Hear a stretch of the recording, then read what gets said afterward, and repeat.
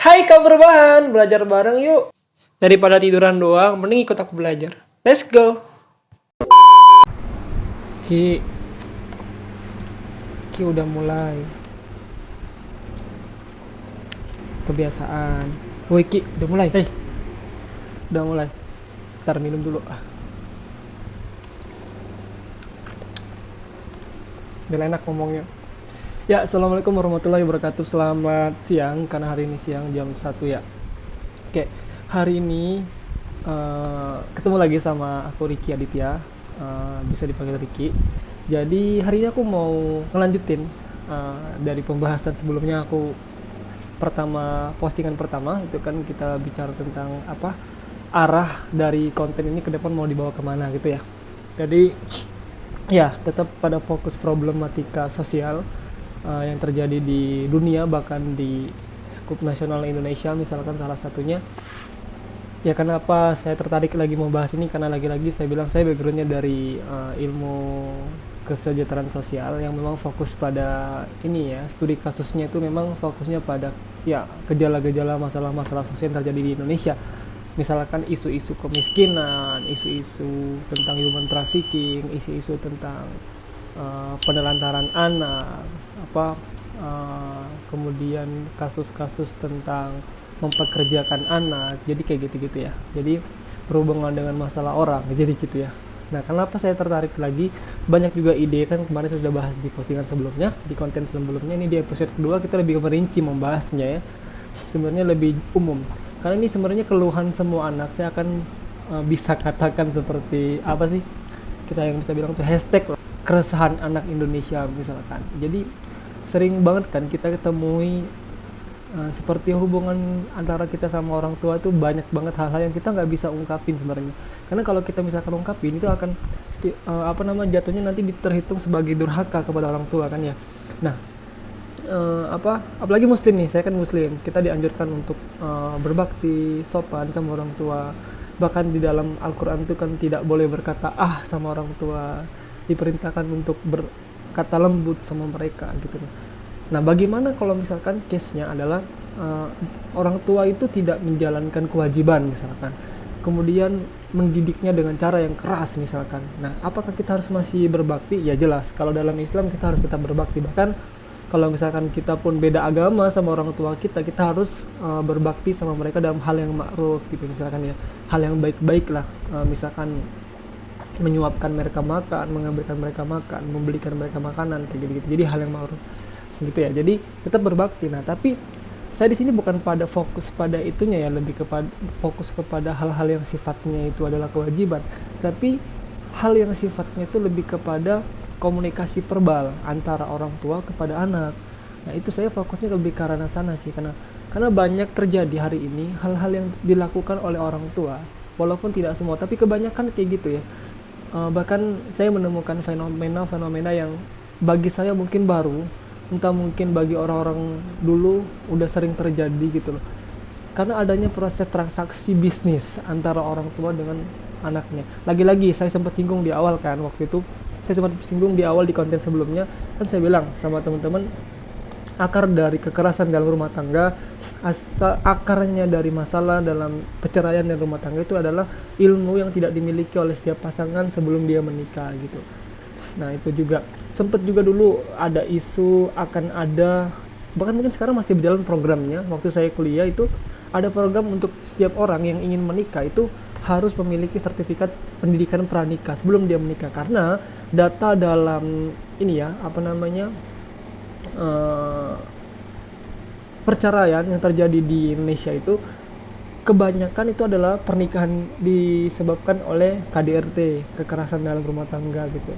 Kemudian ada juga kasusnya orang tua melakukan kekerasan terhadap anaknya. Jadi berbagai macam case yang kita temui dalam kasus-kasus hari ini adalah dampaknya seperti itu. Jadi masalah di parenting ya, parenting, komunikasi, gaya parenting yang tidak punya basic, yang tahunya menikah hanya untuk ya udah kita menikah untuk mencari pasangan, untuk menjalani hidup dan sebagainya. Tapi padahal mereka tidak memperhatikan, padahal skup terkecil, skup awal terbentuknya suatu produk generasi yang terbaik itu adalah dari keluarga gitu loh. Makanya ada istilah itu kan, keluarga adalah madrasah, pertama bagi seorang anak gitu loh. Itu akan terbentuk ketika pola pendidikan yang dibangun oleh orang tua itu baik kepada anaknya, biasanya seperti itu. Nah, jadi waktu di Malang, waktu masih kuliah kan aku praktikum di salah satu komunitas yang bergerak di bidang pemberdayaan anak jalanan yang berbasis pendidikan, yaitu namanya itu Save Street Children Malang. Teman-teman bisa follow di Instagram mereka. Jadi teman-teman bisa lihat kegiatan-kegiatan mereka yang memang fokus kepada pendidikan anak. Biasanya mereka juga buka open donasi itu untuk para donatur agar mereka membantu mereka dalam hal materi agar bisa menyalurkan bantuan teman-teman kepada anak-anak yang ada di Kota Malang. Nah, jadi waktu itu aku turun ke lapangan untuk datang kepada mereka untuk nemuin anak-anak di jalanan, biasanya setiap hari Jumat gitu, nemuin mereka malam-malam sekitar jam 8-an. Kita nemuin mereka yang mereka lagi berkumpul di salah satu daerah di Kota Malang, ya pusat pasti. Mereka berkumpul, ada yang ngamen, ada yang ngatur jalanan, ada yang ngemis, minta-minta uang di lampu merah dengan range umur antara 8 sampai 15 tahun. Jadi anak sekecil itu yang dia berpacu untuk menghidupi kehidupan kebutuhan mereka di jalanan yang seharusnya di umur mereka harusnya bermain. Ya kan, bermain, menerima menerima nafkah makan dari orang tuanya, ya kan bagian dari tanggung jawab orang tua masih menafkahi mereka gitu, seperti itu. Jadi tapi itu tidak didapatkan oleh mereka karena kondisi yang memaksa mereka untuk melakukan hal itu. Nah, ketika saya wawancara mereka, bertanya-tanya sama mereka bilang berbagai macam alasan. Mereka bilang kenapa turun jalan karena pengen cari uang sendiri, karena orang tua sulit cari duit misalnya gitu. Ada juga yang bilang males kak, di rumah aku dimarahin terus sama mama. Ada juga bilang aku dipukulin sama ayah. Ada juga yang bilang orang tuanya udah cerai. Ada juga yang bilang kurang uang jajan kayak gitu. Berbagai macam case yang mereka rasakan. Ada juga yang bilang males di rumah kak, dikata-katain terus sama mama. Itu kan hal yang terkadang menyedihkan kalau lihat kondisi yang seperti ini gitu loh. Nah, makanya saya tertarik banget untuk bahas masalah keluarga itu, melihat case-case yang kita sendiri tuh ngerasa miris dengan kondisi yang hari ini seperti ini gitu.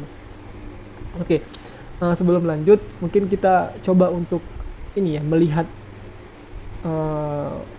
sumber yang mungkin kita bisa belajar bareng. Nanti aku bakal share di deskripsi linknya, website dari dokter sehat. Di sini mereka bahas mengenai sebenarnya banyak, ada salah satunya jenis kekerasan, kemudian ada juga tanda-tanda dari kekerasan itu sendiri, kemudian juga ada dampak, ada juga respon. Nah, jadi berbagai ada sub pembahasan di sini. Nah, aku pengen bahas sepenuhnya, tapi mungkin untuk hari ini coba kita bahas dulu untuk tipe-tipe macam-macam dari kekerasan yang dilakukan oleh orang tua kepada anak. Tipe-tipenya apa aja sih, jenis-jenisnya? Nah, di sini dijelaskan pertama ada pelecehan fisik, yang kedua ada pelecehan seksual, ketiga kekerasan emosional, penyalahgunaan medis, pengabaian. Nah, kita bahas satu.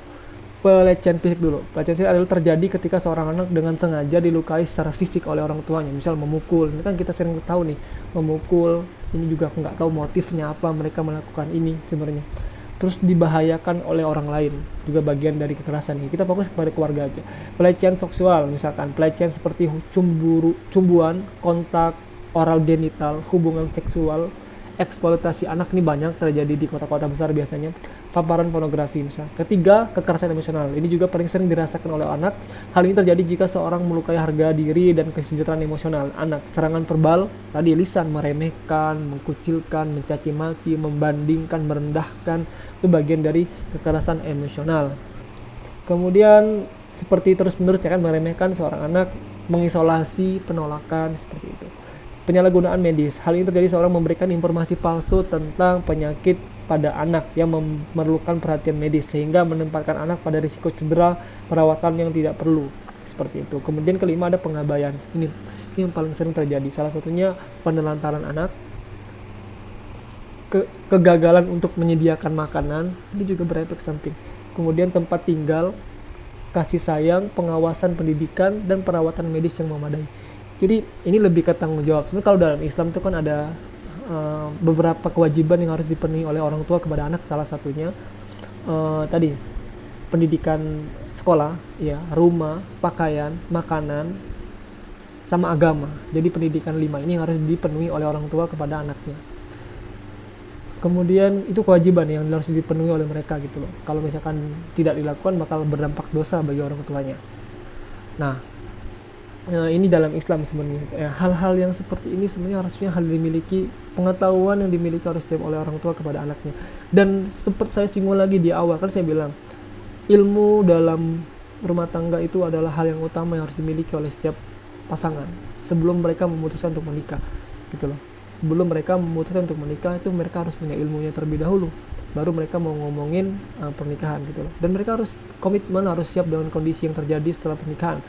Salah satunya memiliki anak gitu loh. Jadi jangan sampai ketika nanti kalian memiliki anak, kemudian kalian menyalahkan anak kalian ketika anak kalian memberatkan dalam memberi mereka makan. Ya ini kalau logika konyol bagi saya, karena yang memutuskan untuk mempunyai anak itu ya kalian gitu sebagai orang tua. Jangan sampai ketika mereka lahir kalian menyalahkan mereka. Misalkan mereka lahir dengan kondisi karakter yang lebih keras, mungkin nakal, terus tiba-tiba teman-teman terucap nih dengan kalimat teman-teman, nyesal aku ngasih makan kamu, nyesal aku ngalahirin kamu. Ini bahasa-bahasa yang bakal menyakiti anak secara verbal gitu loh. Mereka ngerasa kayak tidak dihargai sebagai anak gitu, dan mereka sebenarnya tidak bisa memilih untuk dilahirkan gitu kan ya. Apalagi tidak bisa juga memilih dilahirkan oleh dari ibu yang mana, karena ketetapan Tuhan ya untuk anak ini lahir dari ibu yang mereka nggak bisa pilih gitu loh. Nah jadi tolong diperhatikan hal ini juga sebenarnya ya teman-teman. Jadi jangan sampai teman-teman menganggap anak itu adalah beban bagi teman-teman, padahal ya teman-teman yang memutuskan untuk memiliki anak gitu loh. Selain juga itu bagian dari takdir yang sudah Allah tentukan untuk kalian gitu loh. Jadi jangan sampai ada bahasa-bahasa seperti ini tadi saya katakan gitu. Bahkan fenomena yang saya temukan baru-baru ini, ya tadi misalkan terjadinya proses bisnis transaksi antara anak dan orang tua. Itu sering terjadi, mungkin bagi saya itu baru, mungkin bagi teman-teman udah lama sering kejadian. Misalkan ada orang tua nih ketika anaknya minta uang jajan. Terus karena orang tuanya kan dagang nih, terus anaknya nggak bantuin nih, misalkan anaknya sibuk main. Anaknya minta duit, terus dibilang kamu sibuk jalan aja, sibuk main aja, tapi datang-datang minta duit gitu, enak aja, nggak ada duit bahasanya kayak gitu. Padahal itu kewajiban dia untuk memberikan dia uang gitu loh. Mau anaknya bantuin ataupun tidak, itu udah di luar kewajiban dia gitu loh. Ya kewajiban dia harus memberikan dia makan, jajan, kebutuhan dia gitu loh. Keinginan dia harus dipenuhi, karena memang itu bagian dari kewajiban orang tuanya. Nggak ada hubungannya dia mau bantu atau enggak. Memang secara adat kita sebagai anak harusnya membantu orang tua, tapi jangan punya mindset seperti tadi saya bilang, seperti ada transaksi bisnis gitu, sama kayak seperti anak ini sedang bekerja sama orang tuanya. Kalau nggak ditemenin, kalau nggak dibantuin, orang tuanya nggak bakal dikasih uang. Ini kan lucu gitu loh, ada proses transaksi bisnis yang kita nggak sadari secara kasat mata gitu kan ya. Ini juga bahaya gitu lah. Mungkin itu dulu yang kita mau bahas mengenai jenis-jenisnya kekerasan yang sering terjadi bersama case-case yang sering kita temui di lapangan. Mungkin next di konten di episode ketiga kita akan bahas mengenai respon sama dampak dari kekerasan orang tua terhadap anak tadi. Semoga video ini bermanfaat untuk teman-teman. Ambil positifnya. Kalau misalkan ada masukan, saran, rekomendasi, referensi yang bisa kita baca bersama-sama di sini, nanti kita silakan komentar di bawah. Ya mungkin itu dulu, kurang dan lebihnya mohon maaf. Assalamualaikum warahmatullahi wabarakatuh. Bye bye.